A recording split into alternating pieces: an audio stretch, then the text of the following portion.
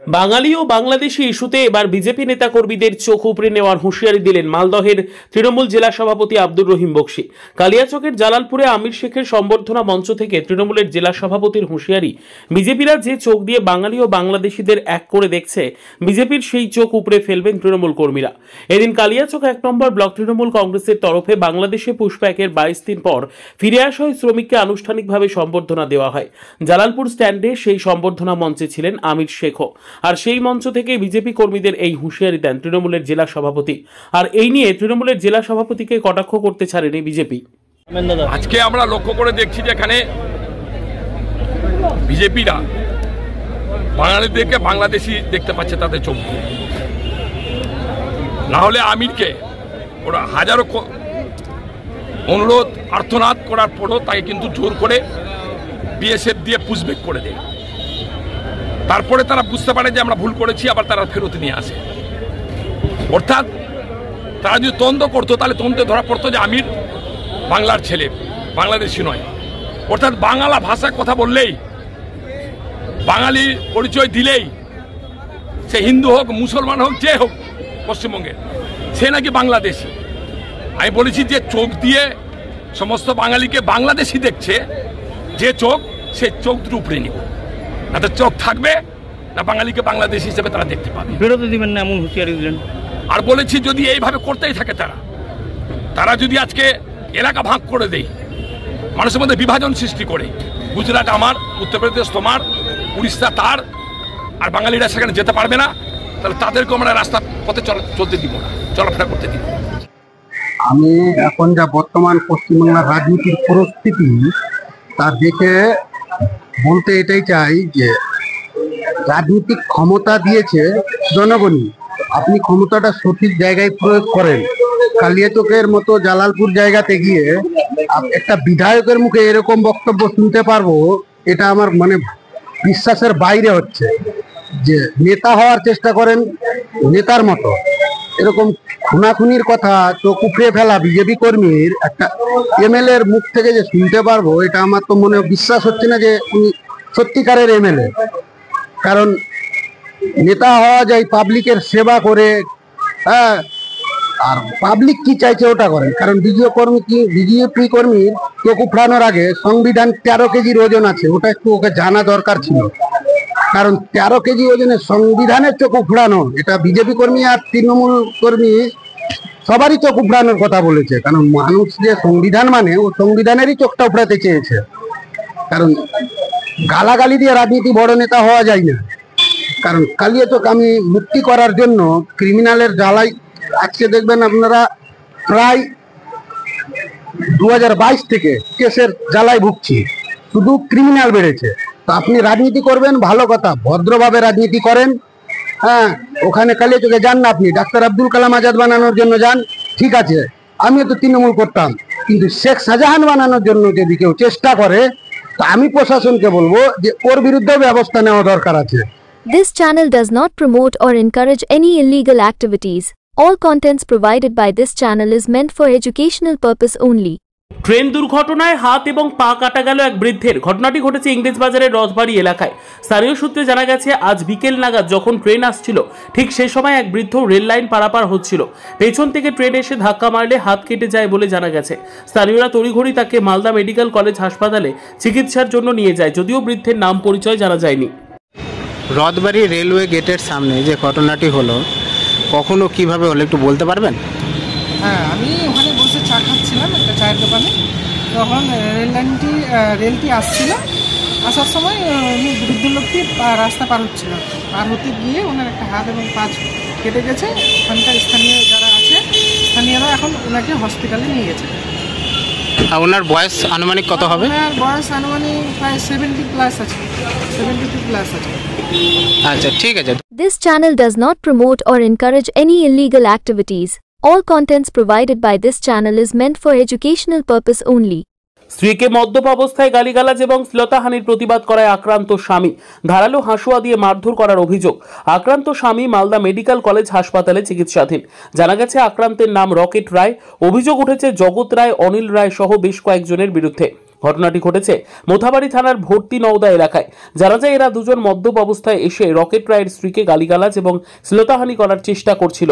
স্বামী হিসেবে ঘটনার প্রতিবাদ করায় তাকে মারধর করা হয়। মদ খেয়ে এসে তাফালি করেছিল, আমার গায়ে হাত দিয়েছিল।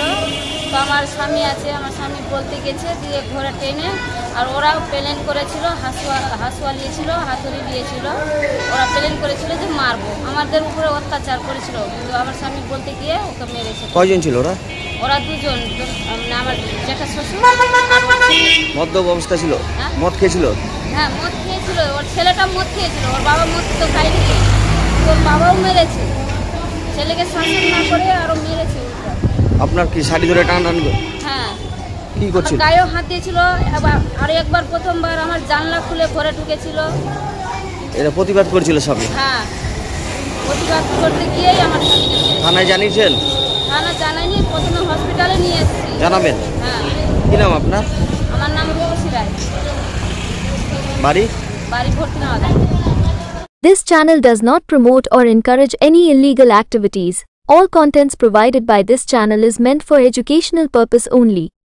আবারও গুলি চলল মালদায়। গুলিতে আহত দ্বাদশ শ্রেণীর ছাত্র। আহত ছাত্রের নাম আব্দুল সাহিদ, বাঙ্গিটোলা উচ্চ বিদ্যালয়ের ছাত্র আব্দুল।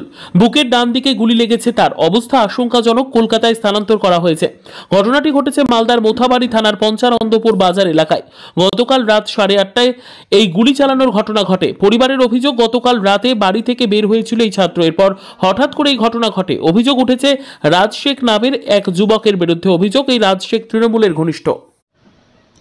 আমার ছেলের সঙ্গে কি হয়েছে, ছেলে সন্ধ্যার সময়, তখন মনে হয় 7টার দিকে 6:30 দিকেই ছেলে বাড়িতে ঘুমিয়ে আছে। বাড়িতে ছেলে বিছানায় ঘুমিয়ে ওই মোবাইলটা নাড়াচাড়া করছে আর ঘুমিয়ে আছে। 8টার দিকে যখন আমাদের ওই আজান হয়, তখন ওই সময়তেই কে যে ফোন করলো বলতে পারবো না, ছেলে কিন্তু ওই বিছান থেকে উঠে সে কিন্তু বাড়ি থেকে বাড়িয়ে যায়। যাওয়ার পরে যে কী হলো, কোনখানে ডাইকে কী হলো না হলো অতটা বলতে পারবি না, এটা তো দেখিনি। শুনলাম যে এবার যাওয়ার 10-15 মিনিট বা আধ ঘন্টার মধ্যেই খবর আসছে। ওখানে আমার যেখানে ঘটনাটা ঘটেছে ওখানে আমার বিয়ের বাড়ি, আমার বৌমা আছে, এখানে বৌমার বাপের বাড়িতে আছে। ওই ছেলেকে যখন গুলি মেরে দেয়, গুলি লাগে, তখন ছেলে বুকটা ধরে, তখন ওই বুকটা ধরেই ওর ভাবির কাছে যায়। ভাবির কাছে যেয়ে বলছে কি যে ভাবি আমার জান চলে আলো, আর বাঁচবো না, মরে যাবো, এই 3টা কথা বলে কয়েছে যে কে তোমাকে মারলে, কী হলো, কিসের কী হলো তোমার? নেই তো আমার কী হলো, আমাকে গুলি মেরে দিয়েছে। কে গুলি মেরেছে? তো ছেলে খালি একটাই কথা পেয়েছে যে আমাকে রাজ গুলি মেরেছে। এটা কহার পরেই তখন পেয়েছে দাদাকে তুমি ফোন করে দাও। আর ছেলে আর কোনো কথা বলতে পারেনি, ওখানে ওটি কথা বলেছে। তখন আমার বৌমা এখানে ফোন করলো।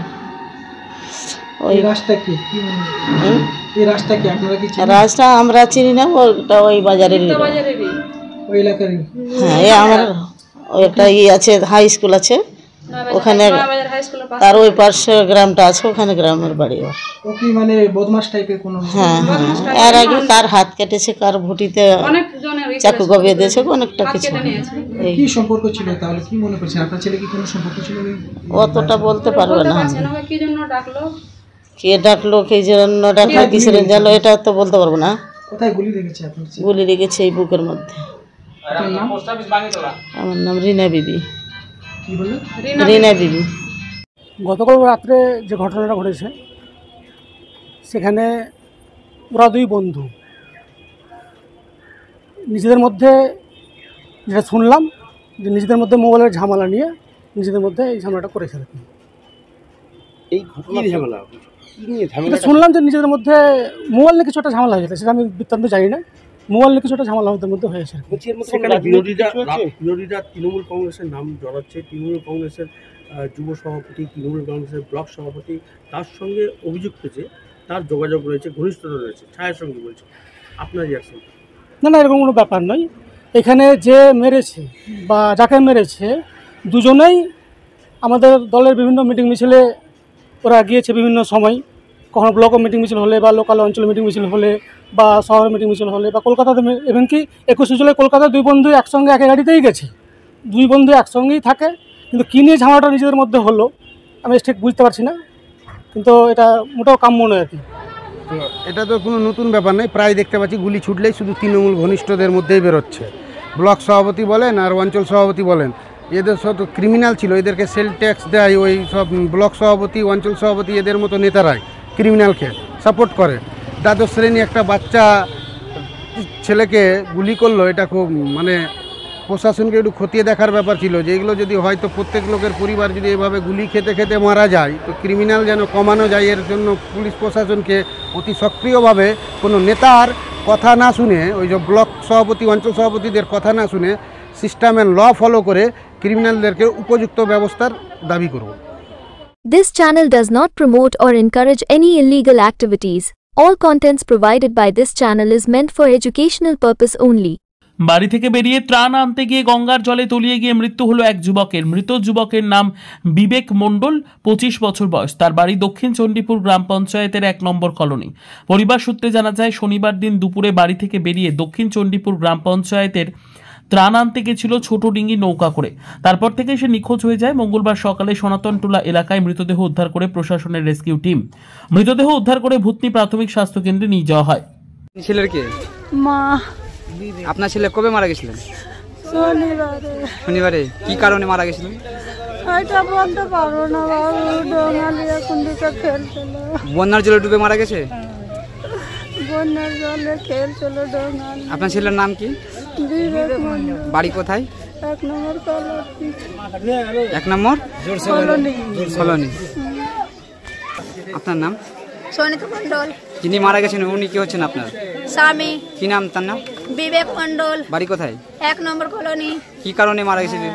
আমাকে বললো পঞ্চায়েত যাচ্ছি, খাবার দান করছে নাকি, আমি 5 মিনিটে ডোঙা নিয়ে আসছি। এই দুপুর 1টাতে বেরিয়ে এসেছিল। ত্রাণ নিতে এসেছিলেন? হ্যাঁ, খাবার নিতে পাঠিয়ে কয়েছে এসেছে। সরকারি দপ্তরের খাবার? হ্যাঁ, কইছে আমি পঞ্চায়েত যাচ্ছি, কিছু দান করছে নাকি, আমি দেখে আসছি। 5 মিনিটে চলে আসছি ডোঙা নিয়ে। কজন ছিলেন সঙ্গে? সঙ্গে কয়জন ছিল? 2 জন ছিল। উনি ডুবে গেছেন? উনি হেলে উঠে গেছে, ওই আমাকে এখনো বলেনি। আপনার স্বামী কি সাঁতার জানতেন না? না, জানতো না, একটুও হেলতে জানে না। কবে ঘটনাটা কবে? শনিবার 1টার সময়। 1টার সময়। হ্যাঁ।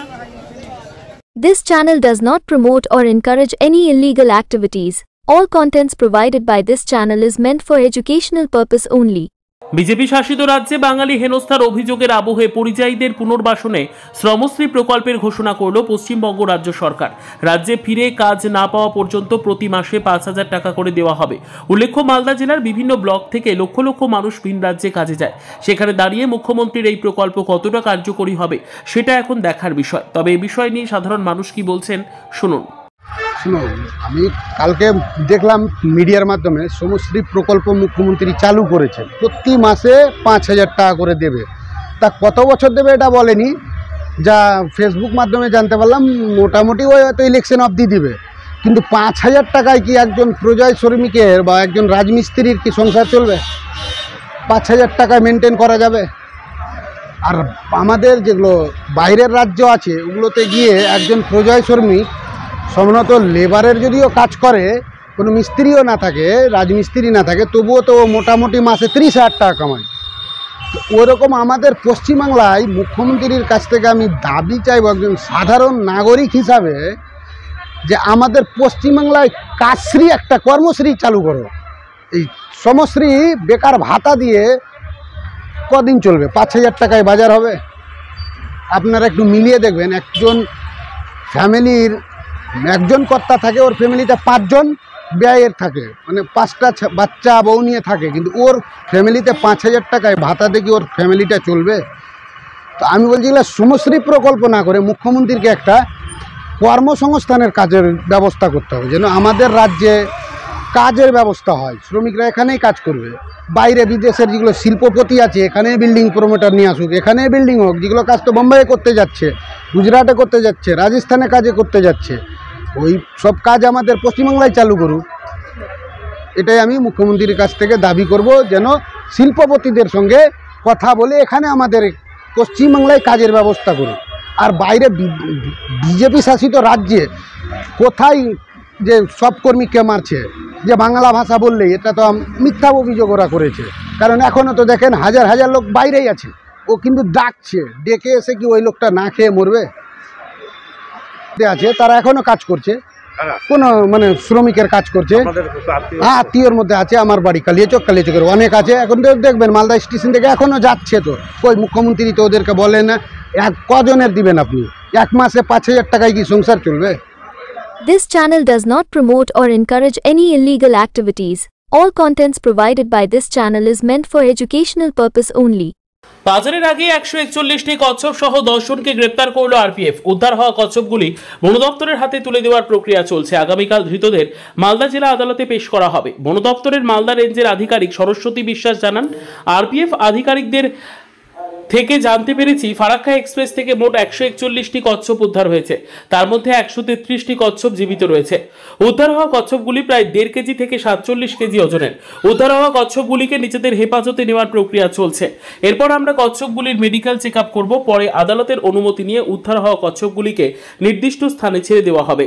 স্টেশন থেকে আমরা এই মুহূর্তে কচ্ছপ পেয়েছি। জিআরপি আমাদেরকে খবর দিয়েছিল সকালবেলা, আরপিএফ আমাদেরকে, ওরা বাই ফোনে আমাদেরকে জানিয়েছিল যে ধরা পড়েছে কচ্ছপ। তো সেই মতনই আমরা খবর পেয়ে এসেছি। এসে আমরা এখানে পেলাম আর কি কচ্ছপ।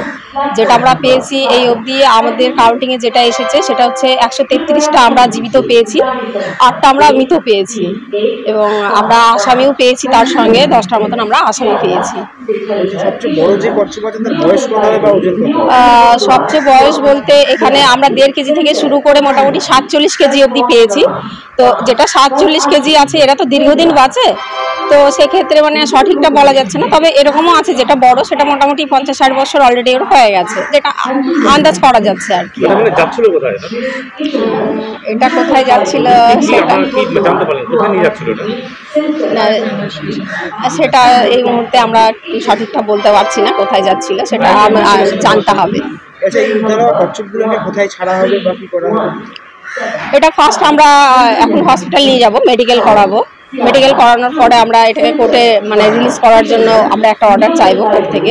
কোর্ট আমাদেরকে সেই মতন একটা অর্ডার দেবে রিলিজ করার। তারপরে ওর যে হ্যাবিটেট মানে সেটা যেখানেই হোক, আমরা ওর ন্যাচারাল যে জায়গাটা জলে সেখানে আমরা ছেড়ে দেবো ওদেরকে। তো এই মুহূর্তে কোথায় ছাড়ছি সেটা বলা যাচ্ছে না। আমার নাম সরস্বতী বিশ্বাস, এফআর মালদা রেঞ্জ। যা দেখতে পাচ্ছি যে পশ্চিমবাংলায় অনেক কিছু পাচার হচ্ছে, নারী পাচার হচ্ছে, ব্রাউন সুগার পাচার হচ্ছে, গরু পাচার হচ্ছে, কিন্তু একটা জিনিস বুঝে উঠতে পারছি না, সব কিছু পাচার শুধু আমাদের পশ্চিমবাংলাতেই কেন হচ্ছে? পশ্চিমবাংলা থেকেই লোকের উদ্দেশ্য যে এখান দিয়ে পাচারটা করা যাবে। মালদা স্টেশনে প্রায় কয়েকদিন আগে দেখলাম কচ্ছপ ধরা পড়েছে, ফের আবার কালকে দেখছি যে কচ্ছপ ধরা পড়েছে। তো সব কিছু পাচারের রাস্তা কি আমাদের পশ্চিমবাংলা দিয়েই খোলা আছে? আজকে ধরা পড়েছে, কিন্তু যে কিছু পাচার করার জন্য আমাদের পশ্চিমবাংলাকেই ক্রিমিনালরা টার্গেট করছে। তাহলে আমাদের পশ্চিমবাংলার ব্যবস্থা যে কোথায় গিয়ে দাঁড়িয়েছে সরকারকে একটু দেখার দরকার আছে। This channel does not promote or encourage any illegal activities. All contents provided by this channel is meant for educational purpose only. আবারও মালদায় ব্রাউন সুগার উদ্ধার, তবে এবার গাজলের পর কালিয়াচক। গোপন সূত্রে খবর পেয়ে কালিয়াচক এবং বৈষ্ণবনগর থানার পুলিশ যৌথভাবে অভিযান চালিয়ে 2 অভিযুক্তকে গ্রেপ্তার করল। জানা যায়, গোপন সূত্রে খবর পেয়ে লক্ষ্মীপুর গ্রাম পঞ্চায়েতের জীবনমোড় এলাকায় অভিযান চালায় পুলিশ। সেখানে অভিযান চালিয়ে একটি মোটর সাইকেল সহ 2 ব্যক্তিকে গ্রেপ্তার করা হয়। তাদের হেফাজত থেকে উদ্ধার হয় 280 গ্রাম ব্রাউন সুগার। জানা গেছে, ধৃতরা হল বৈষ্ণবনগর থানার বাসিন্দা গৌরব মণ্ডল এবং বৈকুণ্ঠ মণ্ডল। তাদের জিজ্ঞাসাবাদ করে পুলিশ এই ঘটনায় এনামুল শেখ নামের আরও এক যুবককে গ্রেপ্তার করেছে। তো কালকে দেখলেন গাজলে তো ভালোই। আমি আমাদের যে এসপি আছে যিনি মালদা, শ্রী প্রদীপ কুমার যাদব, আমার মনে হচ্ছে যে পুলিশ যদি চাই, এসপি সাহেব যদি চাই, এগুলো আর থাকবেই না। কারণ এসপি সাহেব সবে থেকে আমরা যুব সমাজ বারবার দাবি করছি, তার এই খবর পেয়ে এসপি সাহেব যা উদ্যোগ নিয়েছে, এতে এসপি সাহেবকে ধন্যবাদ বলবো যে আরো একটু সক্রিয় হয়ে যেগুলো আপনাদের ইনফরমেশন টিম আছে তাদেরকে অ্যালার্ট করে যেন ব্রাউন সুগার পাচারটা আমাদের মালদা ডিস্ট্রিক্টের বদলাম, মানে কি এসপি সাহেবেরও বদলাম হবে। আমাদের মালদা ডিস্ট্রিক্টের অর্থনৈতিক ধ্বংস হবে, শিক্ষা ব্যবস্থা ধ্বংস হবে। কারণ নেশা, একটা নেশা 5 দিক বন্ধ করতে পারে, সব দিক ধ্বংস হয়ে যাবে। তো এসপি সাহেব যা উদ্যোগ নিয়েছে এটা নিয়ে খুব ভালো লাগলো, কারণ একদিনে গাজলেও ধরা পড়লো, কালিয়াচকেও ধরা পড়ছে, দুটো ডিস্ট্রিক্ট একই মালদা। তো আমি পুরোটাই আমি মনে করবো যে এটা এসপির জন্যই সব অ্যারেস্ট হচ্ছে। এসপি সাহেবকে আমি তো ধন্যবাদ জানাবো, আরো যেন ব্যবস্থা করে। কানুন এমনই জিনিস, কানুনে যা ব্যবস্থা আছে ওটা এসপি সাহেব, আমার আশা করি যে মালদা খুব শিগগিরই পরিবর্তন হবে। এমনি রহিম বিশ্বাস, আমি একজন সমাজসেবী। This channel does not promote or encourage any illegal activities. All contents provided by this channel is meant for educational purpose only.